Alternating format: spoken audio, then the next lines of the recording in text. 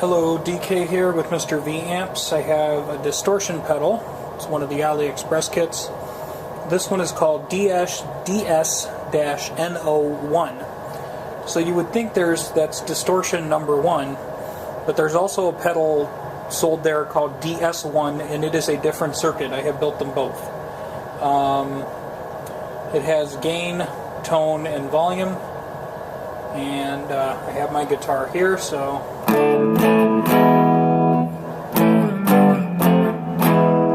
that's our clean tone. We're on a fairly low setting on gain.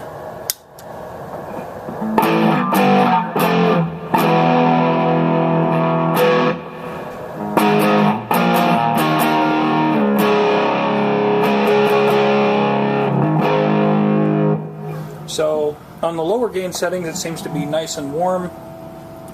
And let's try a higher gain setting. Definitely high gain. There's some noise there, but that's kind of supposed to happen. Yeah, this is high gain.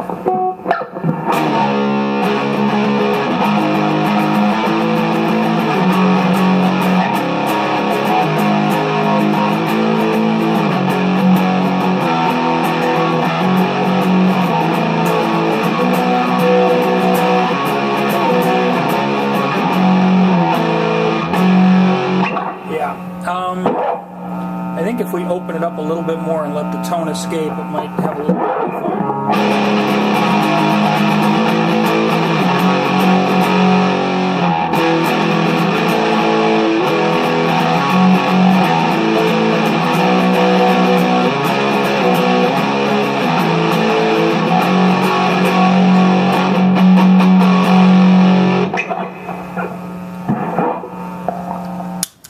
Okay, so I just built this thing. I haven't really figured out how to use it, but dang, that sounds alright for a first test. Considering most distortion pedals, you gotta fiddle with them and figure out what the amp likes and everything else. I'm just plugging into, I'll show you, since everybody always wants to know, a Vox TB18, which is a Bruno amp. Yep, there it is. That's a TB18, little 18 watt 2.6V6 amp. Running it flat, having no idea what to expect out of this pedal, and hey, she works good. So you can stay tuned and you can watch me build it. I got most of it on film before the battery died. We got to stuffing it in the box, and when we were halfway stuffed in the box, then the battery died. But hey, it's most of it, right? Fun build. DS-No1. About 20 bucks. It's worth it.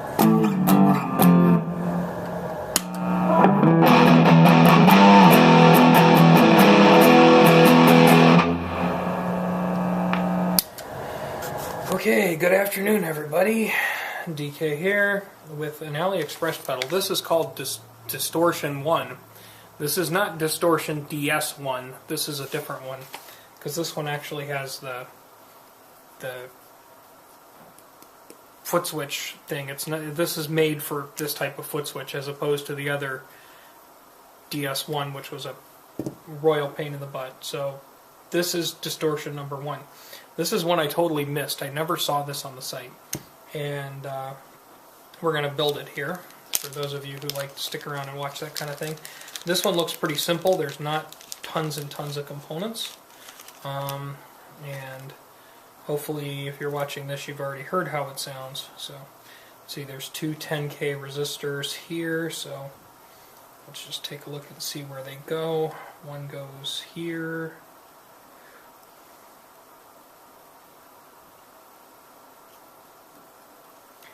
And the other one goes down here.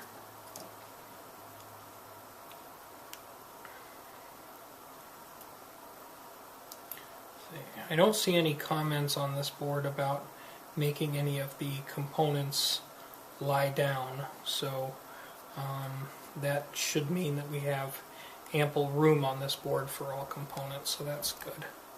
So there's the 10Ks, and then what's next? This looks like 20K, so 20K goes,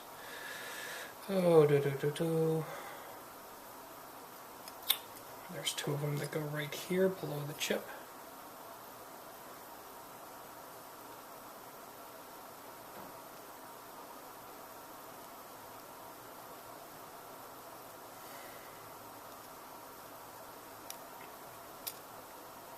I know this is the exciting, breathtaking part of the build, but at the same time I know some of y'all who are rookies at this do appreciate this boring stuff. For the electronic junkies, they're like, I'm watching him solder. Why am I watching him solder? I know, I'll get to the comment section and tell him he's doing it wrong. We have nice people in our comment section, don't we?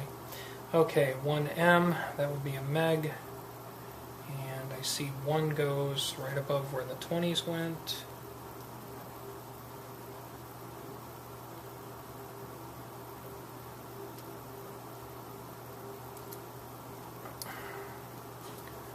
Okay. And let's see, where's the other 1 meg go? Sometimes looking at the board works better than looking at the picture. The other 1 meg goes over here.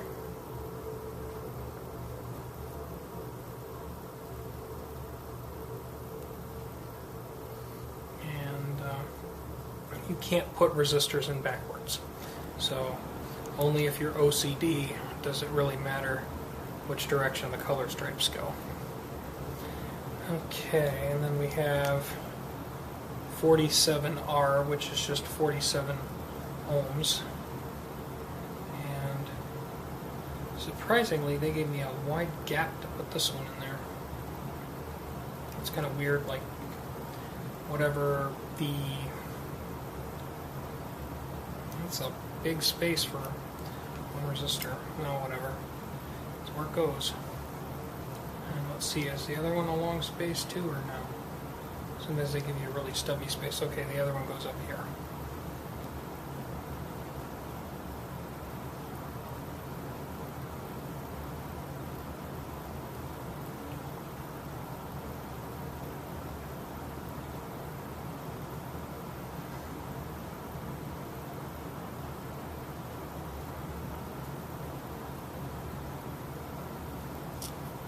And then the left resistors I have are 1Ks. So I'll put those in the positions needing a 1K.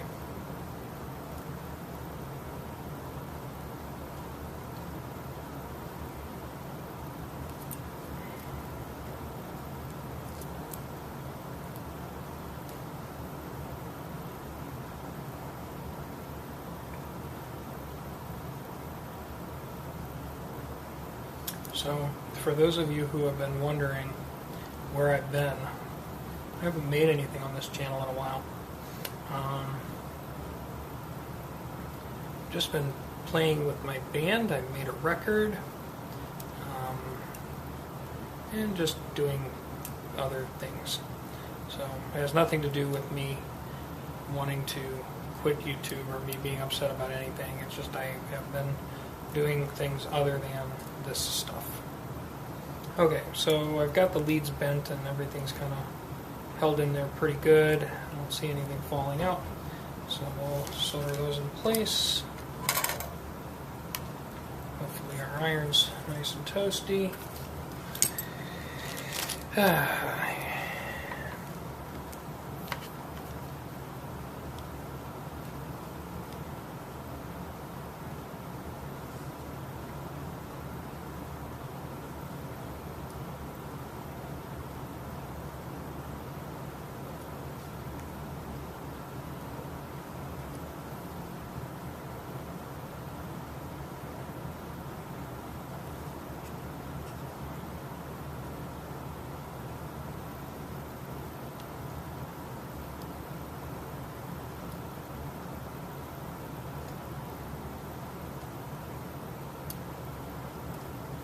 I've selected one of the smallest chisel tips for my soldering iron. Prior to that, I was using a round, almost like a pin nose tip, and I found that sometimes it was tricky to heat up the pads.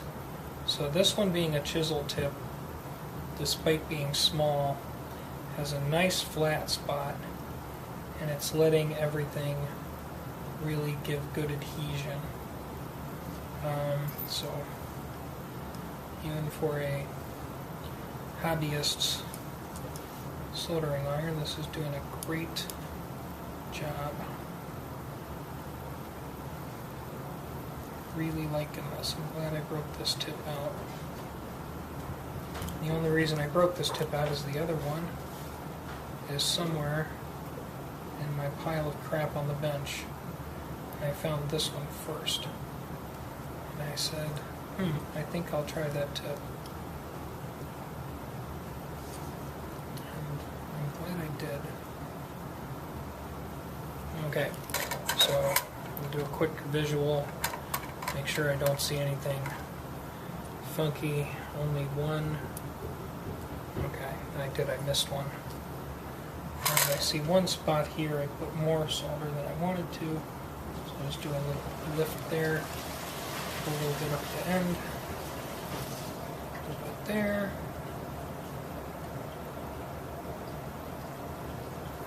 When trying to do groups of parts at one time,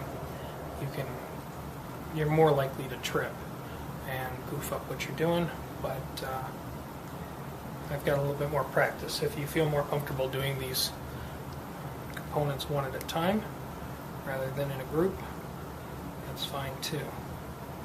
The most important thing is that you work at a pace that you can work at. Okay, now this joint looks cold to me, so I'm going to just reheat that just a little bit. That looks better. Okay. Work at a pace that works for you, because the most important thing is when you're done, your project works. And I'm assuming if you're watching this on YouTube, it meant the project did work, and I'm not screaming and crying. I've had a couple of projects we've done lately that either turned out to be something that wasn't worth fixing, or something was overwhelming about it, so the footage of it was just scrapped.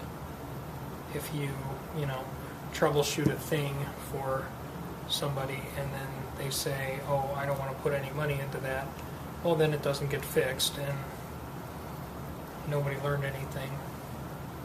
So, darn it. Do I have a weak spot on my cutter? Maybe I do.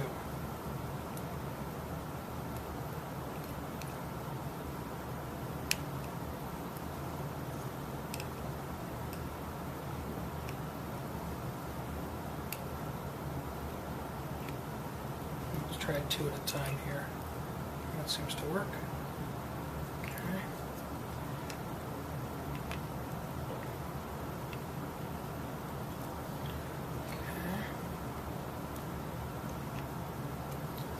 We go. So that's all the resistors, and that looks okay. Everything looks to be soldered acceptably. Okay, so normally I would go next to capacitors, but because we have an IC chip, I'm going to put its socket down, because its socket doesn't stick up as much as the capacitors.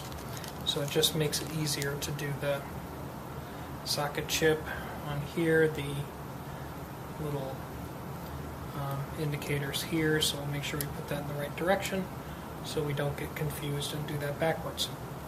Now, in this case, since I have a flat surface I can put some pressure against, I'm not too worried about it. If I was concerned about having that flush on the board, I would tack solder the far corners and then work from there. Okay, this is not playing ball with me as well as I wish it did. Okay, yeah, it's okay. Because this pin is a little thicker, I just need to be a little bit more patient and take an extra second heating it. When you're working with any of these things, you generally want to try to be efficient so you don't melt anything, but you also have to be patient enough that you do melt your solder so it can adhere to your project.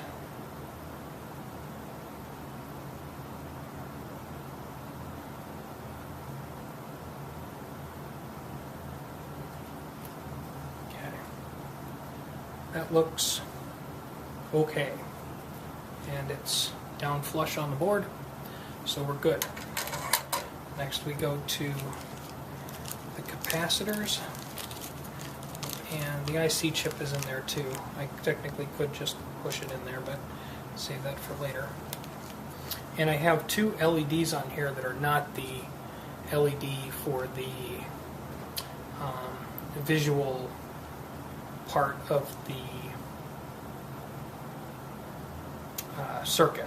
Or the, it's not the LED that goes out here, not this one.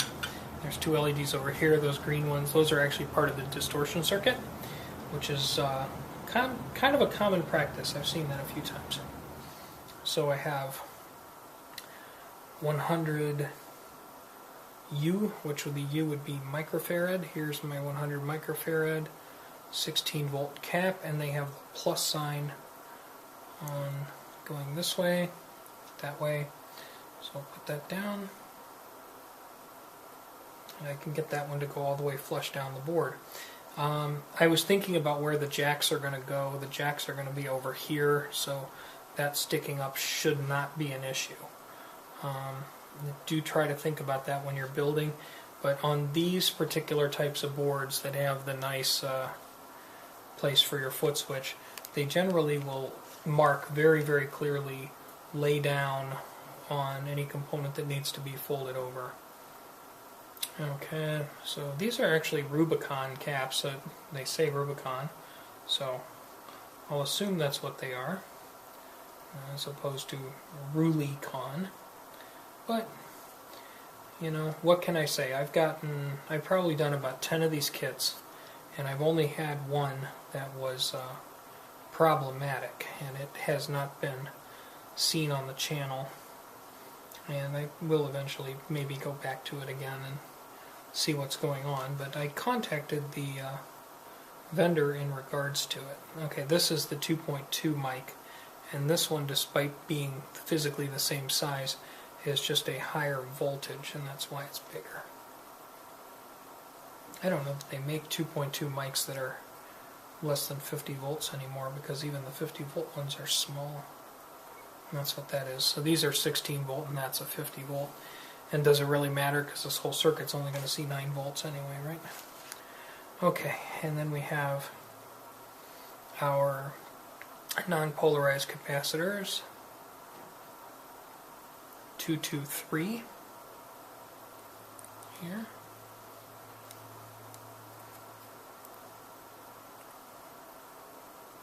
Give that a little pinch so it doesn't fall out.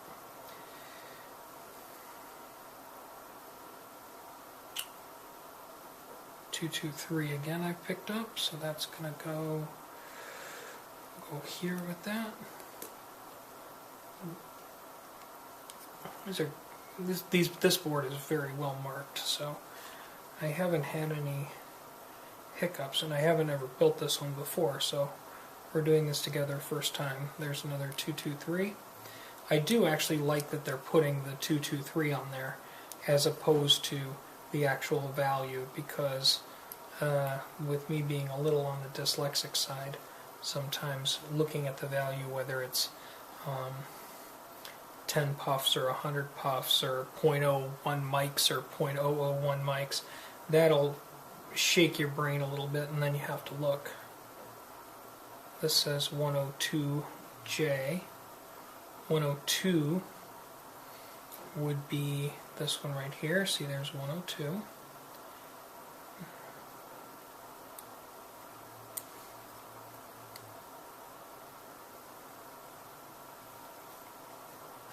We have an orange one here.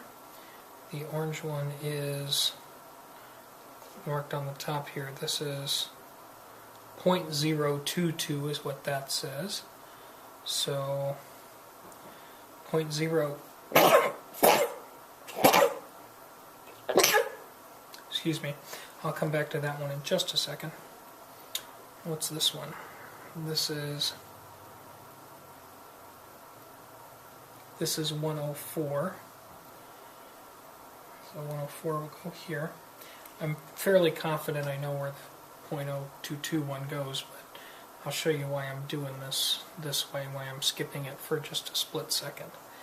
And then we have these little puppies here that are marked 101, which should be the 100 picofarad. That's what they say here, 100p. So we'll put that one here.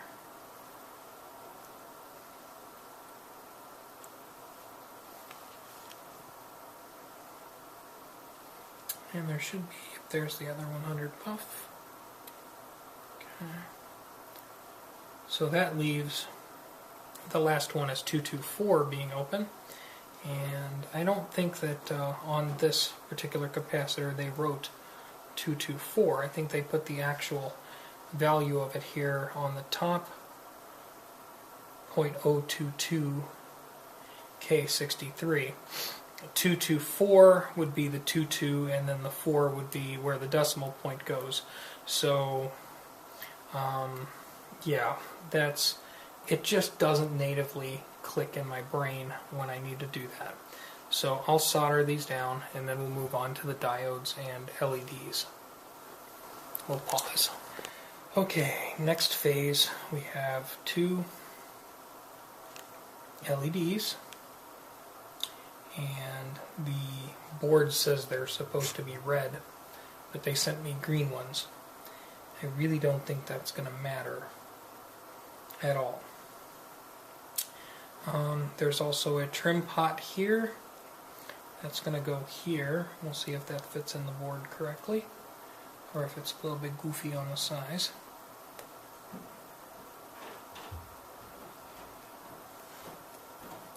That seems to fit okay and stay situated.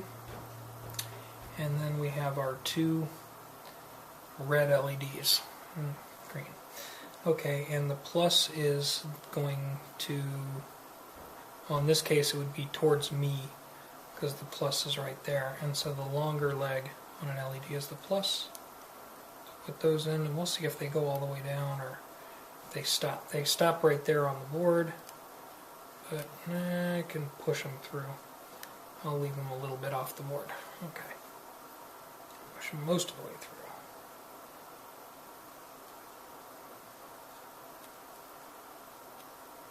That looks good, like that. And then we have a diode, which is probably a 4001. I didn't even look. 4004, excuse me, 4004. And its polarity is indicated there on the board. So we'll put that in.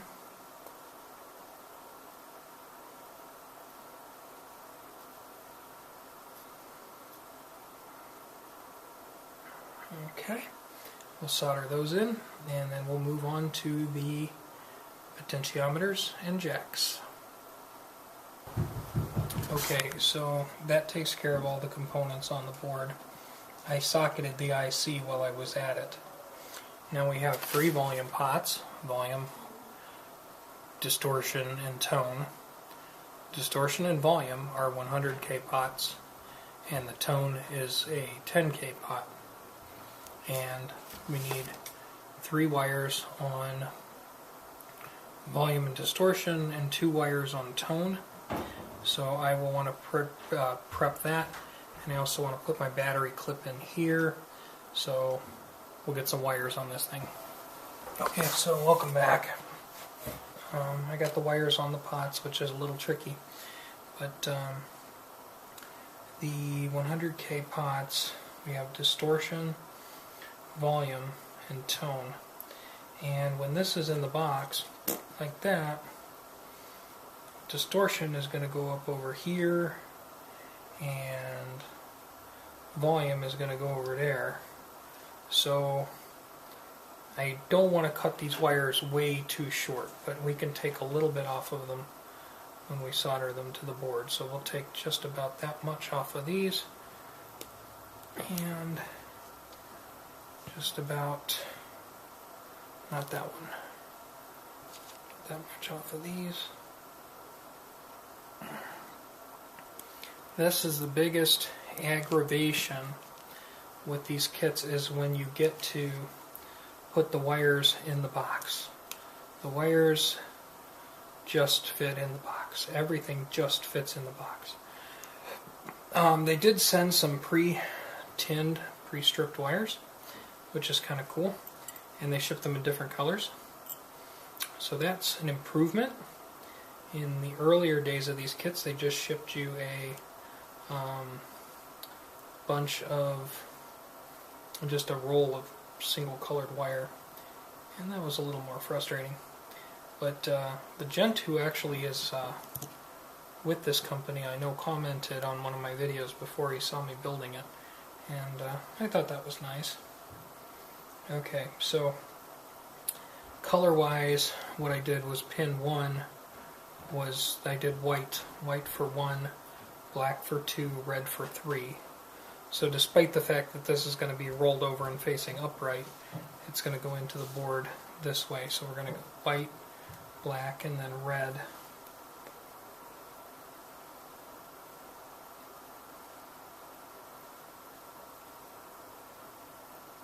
Try to get all these wires in the hole and then get them to stay there and not shred out. And I really kind of need both hands and a little bit of patience, but try to do this on camera. My general instinct is just to turn off the camera and do everything where I'm not watched, because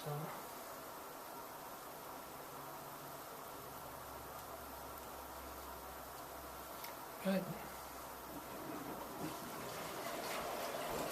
if y'all don't get to watch me, you don't get to learn.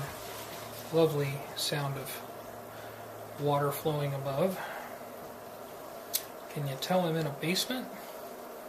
It's actually a little quieter today because all the dehumidification stuff isn't running because it's getting to be fall and winter.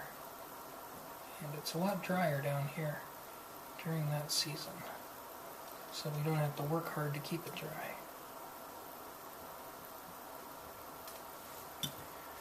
Okay, so that's what it looks like on the bottom of the board, and that's what it looks like on the top. See, we got insulation going right on down to the board. No shorts, no wobblies, no wonky stuff, and it's all tight and snug. So rinse and repeat for the tone. It just has T2 and 3 because we only need 2 and 3 on there. We'll shorten that up. And then the third pot here, which is the volume, V1, 2, 3. Put those on, and then I'll see you in a minute. Okay, so progress. We have all 3 pots on in the appropriate places.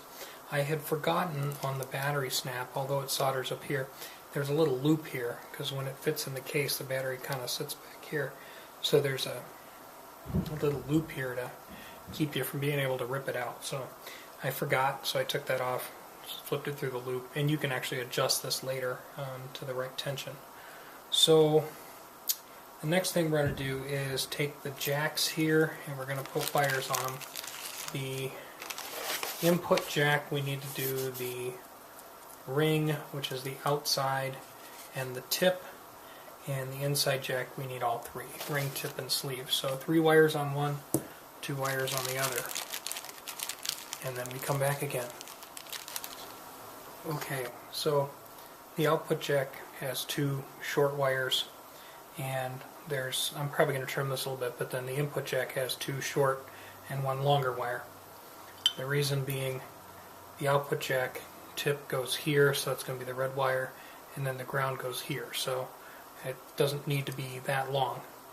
On the input jack we have tip and ground, but then PWC, the power thing, goes all the way up here, so we need the longer wire for that. That's what we're going to solder right now.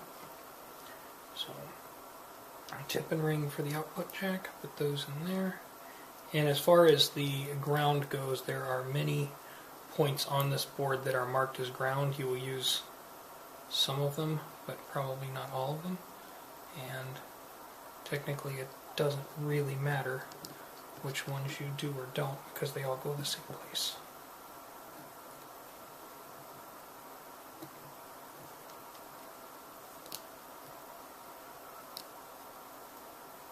And getting the wires to kind of stay in place for you when you flip the board over. It can sometimes be a bit of an adventure. But I think we're going to have it here. Let's try this.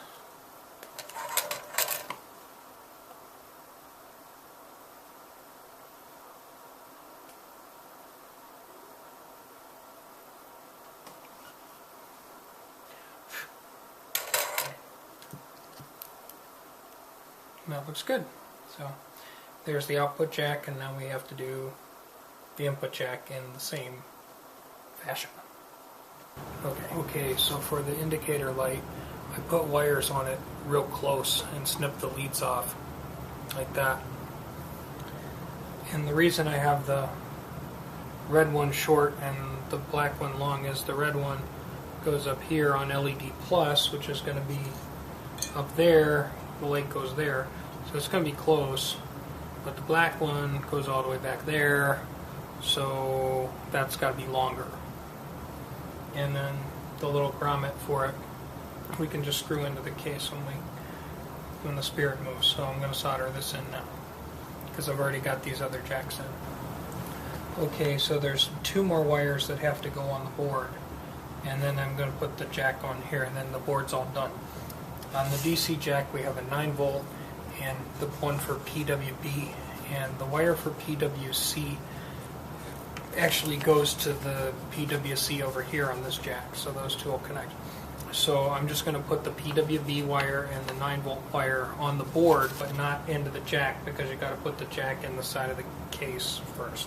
So 9 volt wire, PWB wire, I'm going to put those down, and then we'll do the switch. Okay, so those two are on, and now I got to put this on here. Now this is going to go up right this way, so, and it's actually kind of what holds the board in the box. So it seems to fit pretty snug on here, but it should fit in there with just a little bit of light pressure, and then we can get it flush on the board and solder it in all 9 spots. See that go all the way down? Yeah, it goes all the way down. So we'll double check that it's level. Line it up, that looks good. I'll solder that on, and then we'll be ready to put on the power jack and stuff this thing in the box and see if she works. Okay, ladies, gentlemen, those who are undecided, mommies, daddies, hamsters, gerbils, and heavy, manic depressive, heavy equipment operators everywhere. Here we go. We still have to do the power jack, and that's going to go over here. But if I solder all the wires to it and then try to stick it in the box, then I can't, because you have to put it in the box this way. So what we going to do is, I got the nut for it, and we're going to put the nut on those 2 wires there, and then solder these 2 to the appropriate place on the box. So the 9 volts goes here, and PWB goes there. So I'll get those tacked on, and then once those are tacked on, then we'll proceed to the adventure of stuffing this crazy thing in the box.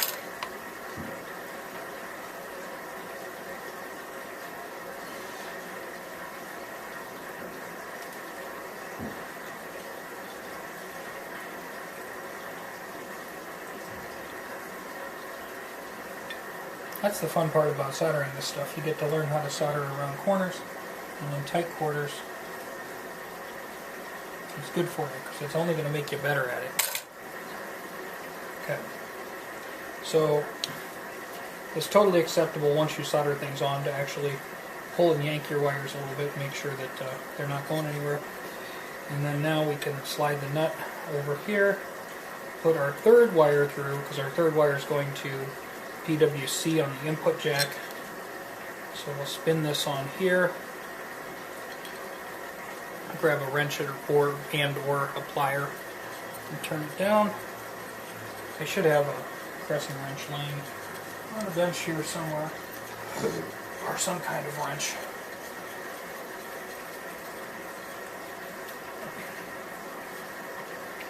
Don't crank it up tight just yet. Okay, and then this one has to go to PWC on the input jack. So that's the white wire right there. So I should probably tin this, because the end's going to be on this side, because, yeah, in, out. So tin this, tack that right to there,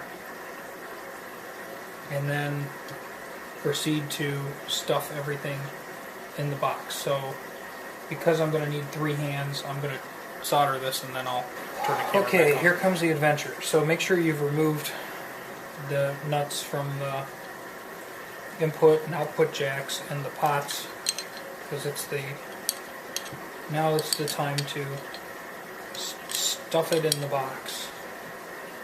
I know that sounds like some kind of Beavis and Butthead comment. You're going to kind of be working upside down and inside out, so let's get our input jack there, get that there, put the nut on, and just turn it a little bit, because I'm going to need to have some wiggle room on this, because the other jack fits almost snug to it. Okay, so let's bring the output jack around. Pull these pots out of the way and the battery clip out of the way. I've already got this nut about halfway up, and I've got the other one out of the way.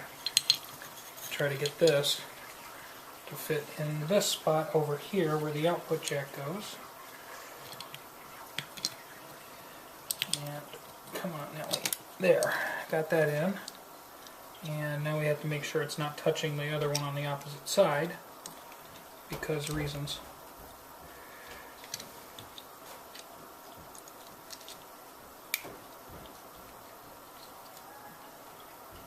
Once you get them all the way in, they shouldn't be whacking into each other, and they don't appear to be.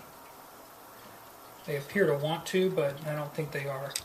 And if we need to, we'll do a little bit of bending and fine adjustment here to make sure they're not hitting each other. Now I have to figure out where that washer went. Should be these. Yep. Okay. And we'll snug it down. 13mm wrench. Seems to be the right size. It's just plastic, so as you don't want to go too crazy on this thing.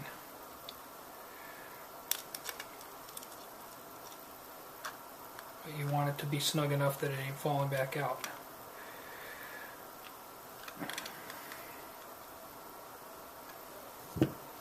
Okay, so how are these? They're in there, they're relatively flat, they're giving the most amount of clearance they possibly can, and I don't see anything grounding out against each other.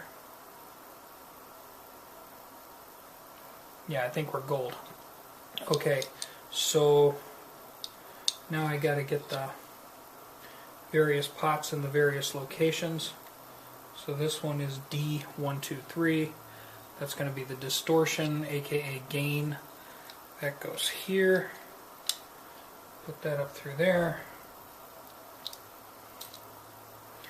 Nut in the washer, snug that down. You're going to want to hold this pot in place when you tighten it, so that means that I was a bit of a forgetful person for not picking up the appropriate sized wrench to do this. But try, we'll at least snug it with the plier here, and then we'll come back afterwards and tighten it up further. There we go. Seems to have worked. Okay, so that one's, actually that's pretty good and tight. And then we need to do the tone, which is easily identified as the one with the